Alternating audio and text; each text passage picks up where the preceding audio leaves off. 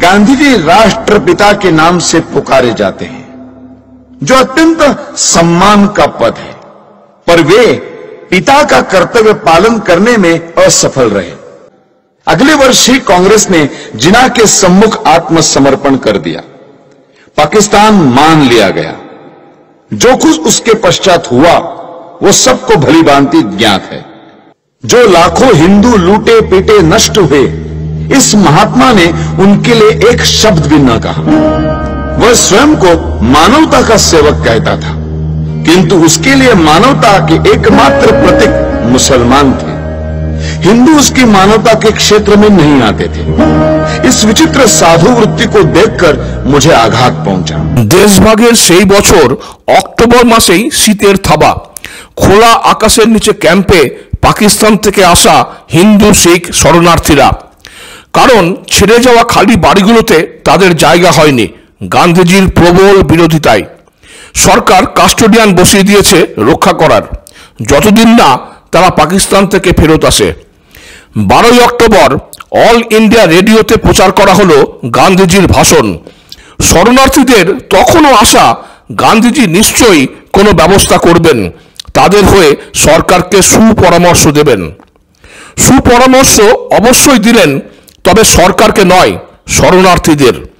ভাষণে বললেন, শীত আসছে, খোলা আকাশের নিচে থাকা শরণার্থীদের আমার পরামর্শ, ঠান্ডায় লেপ কম্বল গায়ে দিয়ে তার উপর খবরের কাগজ বিছিয়ে নিন, যাতে কুয়াশায় লেপ কম্বল ভিজে না যায়।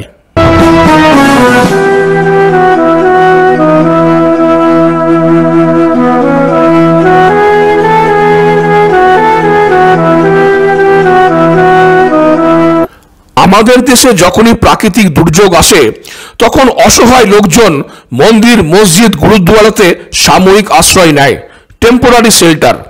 এতে কোনো ধর্মের পবিত্রতা নষ্ট হতে পারে বলে আমার অন্তত জানা নেই। নভেম্বরের সেই প্রবল ঠান্ডায় কিছু শরণার্থী পরিবার আশ্রয় নেয় কিছু পরিত্যক্ত মসজিদে, কারণ বাকি মন্দির বা গুরুদ্বারাগুলো ততদিনে ভরে গিয়েছে।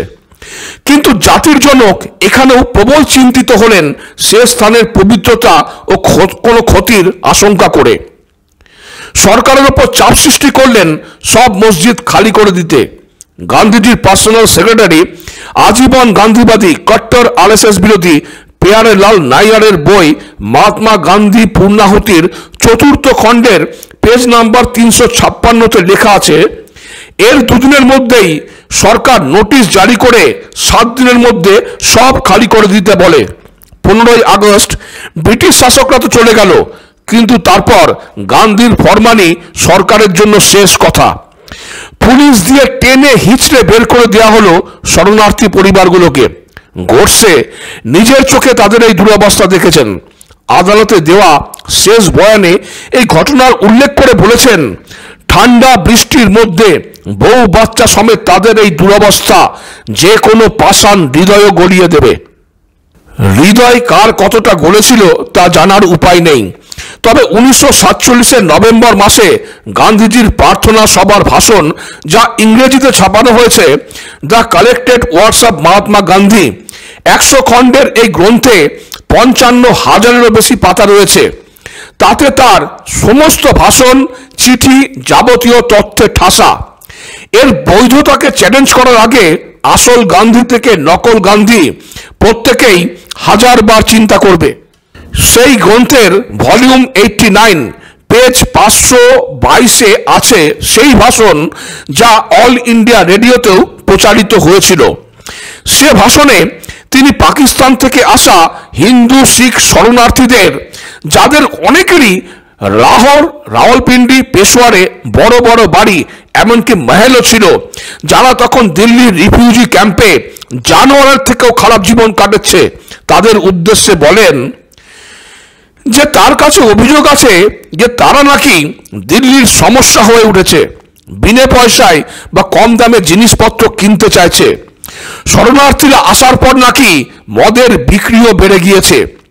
যারা বলছে তাদের সর্বস্ব চলে গিয়েছে, তারা এই মদে ডুবে থাকার মতো আয়েশ আরাম ছাড়তে পারে না।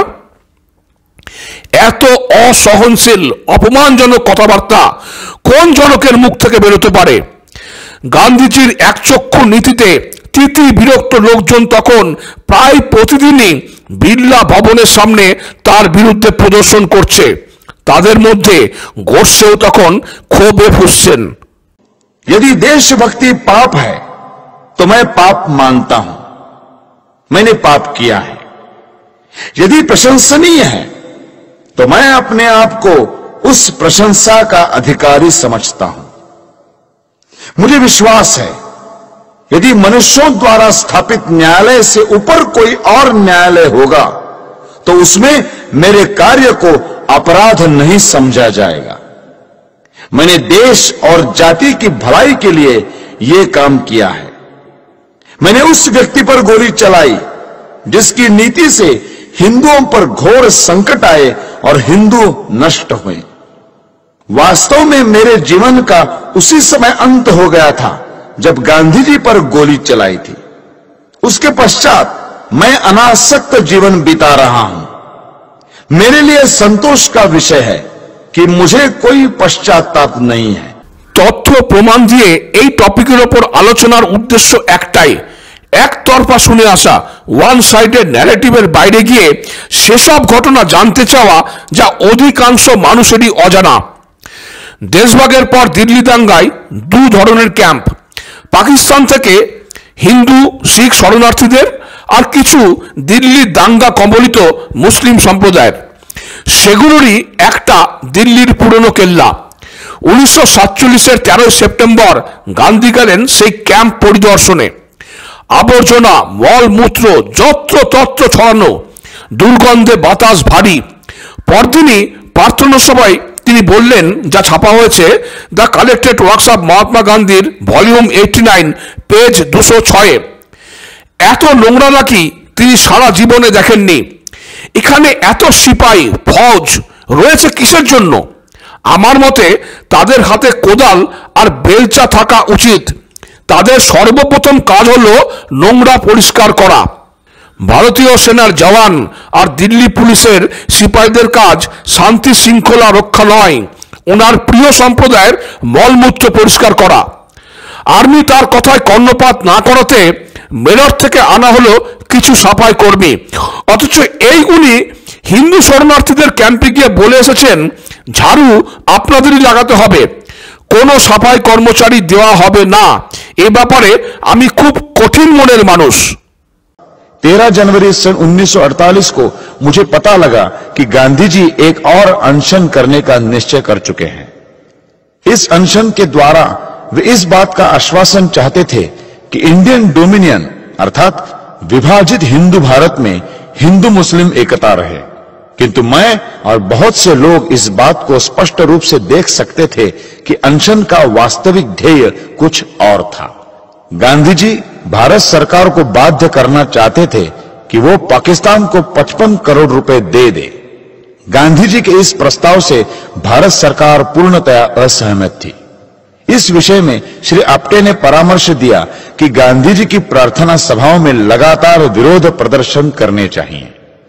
मैं इस प्रस्ताव पर सहमत तो हो गया, किंतु मैं जानता था कि ऐसे प्रयत्न सर्वथा निरर्थक होंगे। फिर भी इसके अतिरिक्त उस समय कोई और उपाय नहीं था, इसलिए हमने ऐसे प्रदर्शन करने का निश्चय कर लिया और इस निश्चय के साथ हम बंबई गए।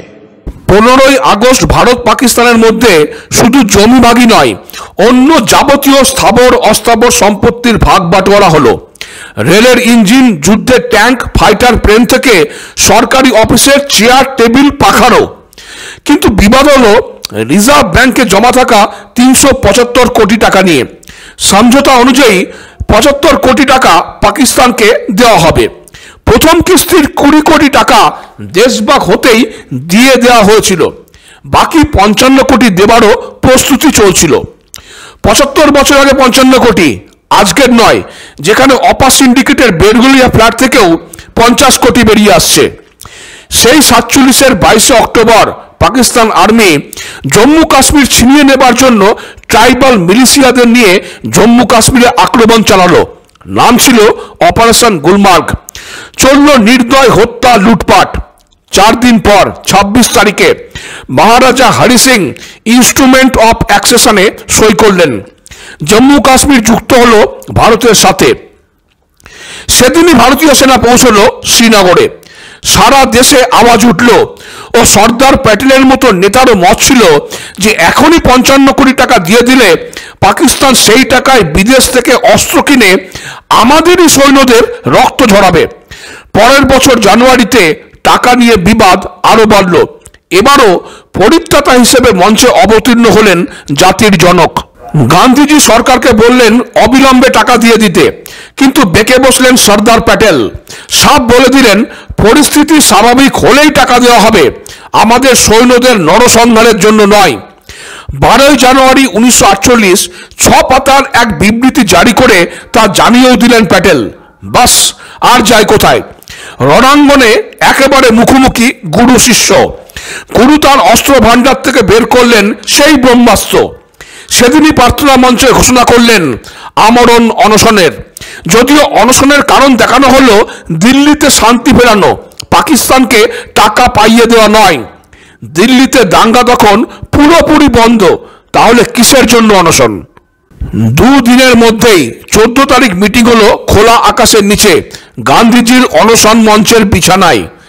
হাজী নেহরু থেকে সর্দার প্যাটেল, মৌলানা কালাম আজাদ।